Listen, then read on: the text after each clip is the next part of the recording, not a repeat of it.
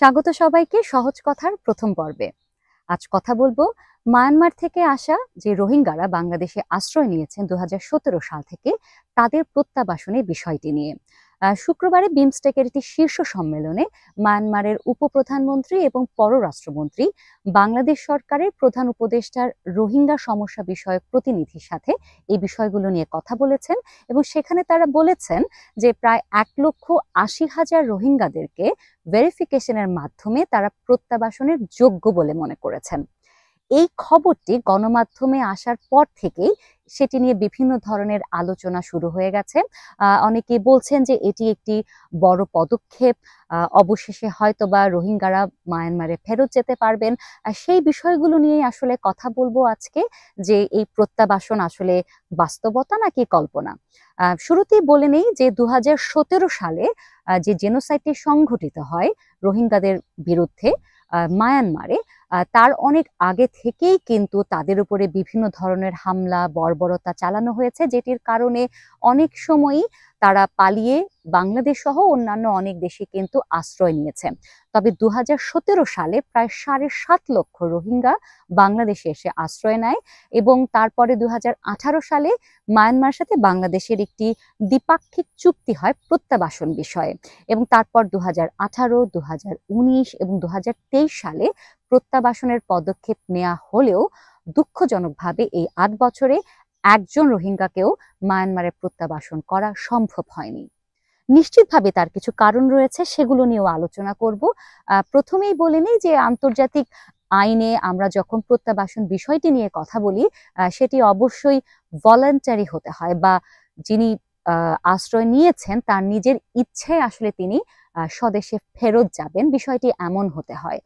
যখন 2018 সালে প্রথম প্রত্যাবাসনের পদক্ষেপ গ্রহণ করা হয় তখন কিন্তু রোহিঙ্গারা 8টি দাবি নিয়ে এসেছিলেন এবং সেই 8টি দাবির মধ্যে তাদের সর্বপ্রথম দাবি হচ্ছে তাদের নাগরিকত্ব ফিরিয়ে দেওয়া, এছাড়া নিরাপদভাবে নিজের অঞ্চলে ফিরে যাওয়া। এর মানে হচ্ছে ঠিক যে গ্রাম থেকে তারা এসেছেন তারা ঠিক সেখানেই ফেরত যেতে চান। এছাড়া তাদের ঘরবাড়ি, তাদের সহায় সম্পত্তি যা তারা হারিয়েছেন সেগুলো তারা ফেরত চান। একটু বলে রাখি, 1982 সালে আইনের মাধ্যমে মায়ানমারে রোহিঙ্গাদেরকে আসলে তাদের নাগরিকত্ব থেকে বঞ্চিত করা হয়। কাজেই তাদের এই প্রধান দাবিটি কিন্তু এখনো রয়েছে এবং আমি গত কয়েক বছর ধরে মায়ানমার থেকে আসা এই রোহিঙ্গাদের নিয়ে কাজ করছি, গবেষণা করছি। বেশ কয়েকবার ক্যাম্পে কাজ করার সৌভাগ্য হয়েছে আমার এবং গত ডিসেম্বরেও আমি মাসখানেক কাজ করে এসেছি এবং সেখানে আমি যখন তাদের সাথে কথা বলি তারা কিন্তু এই বিষয়টি স্পষ্টভাবেই বলেন যে নাগরিকত্ব ছাড়া এবং নিরাপত্তা ছাড়া তারা কখনোই মায়ানমারে ফেরত যাবেন না। এখানে আশঙ্কার বিষয়টি হচ্ছে 2017 সালে যখন তারা আসেন তখন মায়ানমারের উপরে জান্তা সরকারের যে আধিপত্য ছিল এখন কিন্তু অনেকাংশেই সে হিসেবটি বদলে গিয়েছে। আপনারা জানবেন আরাকান আর্মি সহ অন্যান্য যে বিদ্রোহী গোষ্ঠীগুলো রয়েছে তারা মায়ানমারের অধিকাংশ জায়গাতেই আধিপত্য বিস্তার করছে বলে শোনা যাচ্ছে। একই সাথে বাংলাদেশ সরকার যদি রোহিঙ্গাদের প্রত্যাবাসন নিয়ে কথা বলে তাহলে কিন্তু তাদেরকে এই জান্তা সরকারের সাথেই কথা বলতে হবে আনুষ্ঠানিকভাবে। তারা কিন্তু কখনোই আরাকান আর্মি বা অন্য কোনো বিদ্রোহী গোষ্ঠীর সাথে কথা বলতে পারবেন না। খুবই ক্রিটিক্যাল এবং টেকনিক্যাল একটি সমস্যা এসে দাঁড়িয়েছে বলে আমি মনে করি। এছাড়া আরো যে বিষয়গুলো রয়েছে সেগুলো হচ্ছে যে রোহিঙ্গারা আসলে কি চান। রোহিঙ্গারা যদি মনে করেন যে তারা নিরাপদ নন এখনো মায়ানমারে, তাহলে কিন্তু বাংলাদেশ সরকার, মায়ানমার সরকার যতই বলেন যতই চান সেটি কিন্তু কার্যকরী কোনো ভূমিকা পালন করবে না। আরেকটি বিষয় বলি, এই যে ভেরিফিকেশনের কথা বলছেন, ভেরিফিকেশন করে তারা বলছেন যে 1,80,000 রোহিঙ্গা প্রত্যাবাসনের যোগ্য। তার মানে কিন্তু প্রত্যাবাসনের প্রসেসটি শুরু হয়ে যায়নি। দ্বিতীয়ত এটি প্রথম হয়নি, এর আগেও কিন্তু ভেরিফিকেশন হয়েছে এবং তারা বলেছেন যে কিছু রোহিঙ্গা প্রত্যাবাসনের যোগ্য, কিন্তু পরবর্তীতে প্রত্যাবাসনের যোগ্য রোহিঙ্গাদের লিস্ট যখন এসেছে সেখানে দেখা গেছে যে একই পরিবারের 3 জন সদস্যকে হয়তোবা তারা যোগ্য মনে করেছেন, 2 জন সদস্যকে হয়তোবা তারা যোগ্য মনে করেননি, 2 জনকে হয়তোবা যোগ্য মনে করেছেন, 2 জনকে হয়তোবা বলেছেন সন্ত্রাসী। তাহলে আপনি বলুন যে আপনার পরিবারের 2 জন মানুষকে যদি যোগ্য বলে আর 2 জনকে যোগ্য না বলে, তাহলে কি সেই দুজন মানুষ একা একা মায়ানমারে প্রত্যাবাসন করবেন বাকি দুজনকে বাংলাদেশের ক্যাম্পে ফেলে রেখে?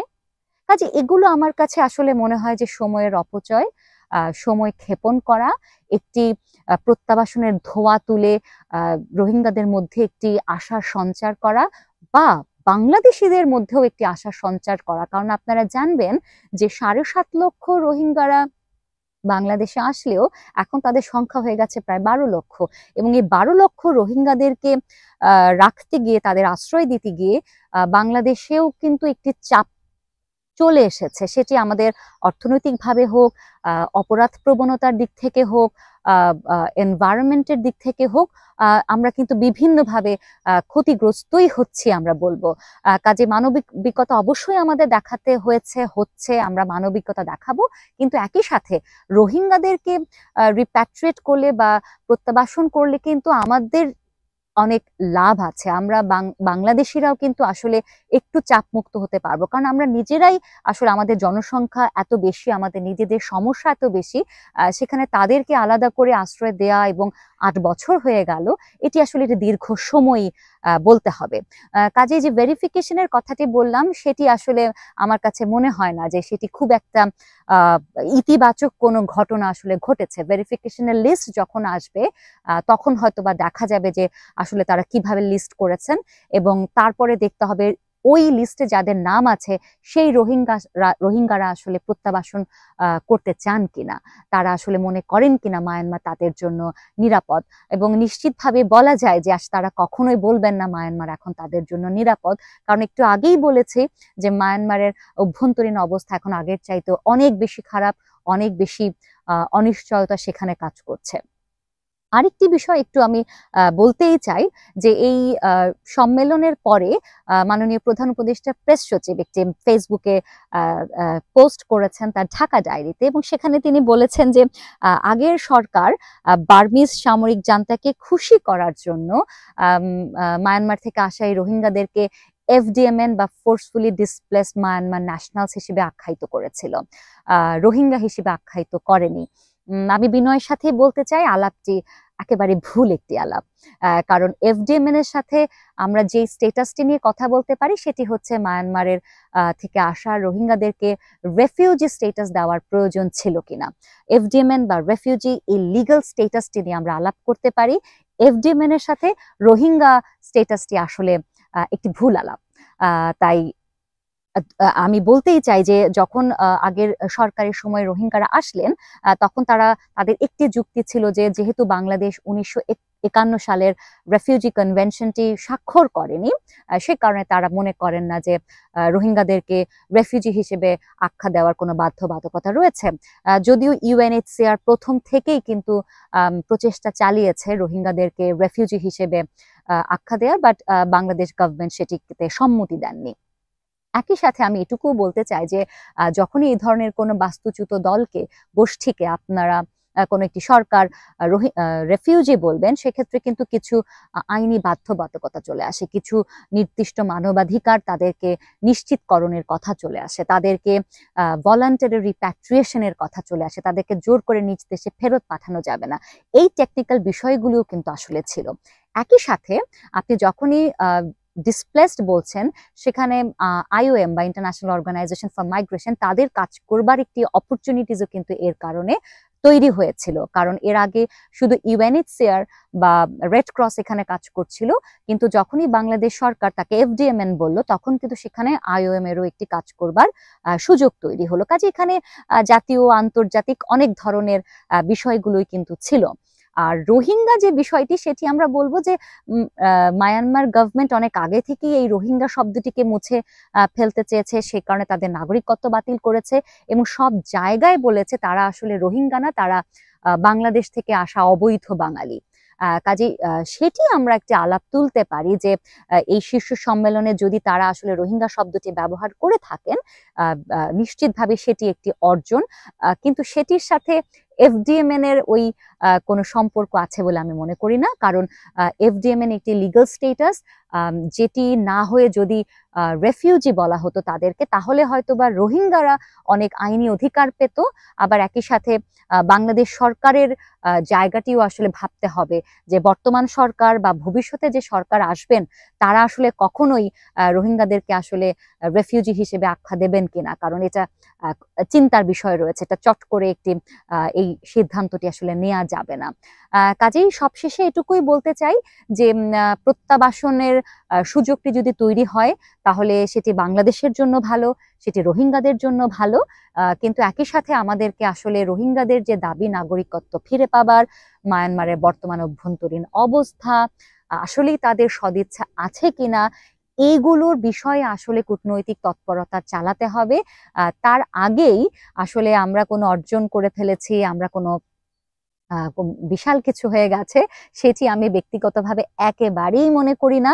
কারণ এটি একটি জিওপলিটিক্যাল ইস্যুজও এখানে আছে। এখানে চায়না, ভারত, তাদের ইনভলভমেন্ট খুবই গুরুত্বপূর্ণ। আপনারা জানবেন যে ভারত, চায়না এখন পর্যন্ত সেভাবে আসলে কোনো ধরনের কঠোরভাবে মায়ানমার সরকারকে কিন্তু কোনো চাপ প্রয়োগ করেনি, কারণ তাদের নিজস্ব বাণিজ্যিক চুক্তিগুলো রয়েছে মায়ানমারের সাথে। সেই কারণে কাজে তাদের সাথে এখানে কূটনৈতিক তৎপরতা চালাতে হবে, বাংলাদেশ এবং মায়ানমারের কূটনৈতিক তৎপরতা চালাতে হবে। প্রত্যাবাসনের যে অবস্থা সেটি তৈরি হয়েছে কিনা, নিরাপত্তা দিতে পারবে কিনা মায়ানমার সরকার রোহিঙ্গাদেরকে ফিরে গেলে, সেগুলো দেখতে হবে। কাজেই সেগুলো অনেক সুদূর প্রসারী। আমি ব্যক্তিগতভাবে খুব একটা আশাবাদী নই। আমার কাছে মনে হয় যে এগুলো দিন দিন অনেক বেশি জটিল হয়ে যাচ্ছে বিষয়গুলো। তারপরেও যদি বর্তমান সরকার বা আগামীতে যে সরকার আসবেন তারা প্রত্যাবাসনের প্রক্রিয়াটি শুরু করতে পারেন, সেটি একটি সবার জন্য একটি অর্জন, সবার জন্য একটি বিজয় হবে। তবে এখন পর্যন্ত সেটিকে আমার আসলে বাস্তবতা নয়, কল্পনাই মনে হচ্ছে। সবাই ভালো থাকবেন। আবারও নতুন কোনো বিষয় নিয়ে কথা বলবো সহজ আলাপে। শুভেচ্ছা সবাইকে।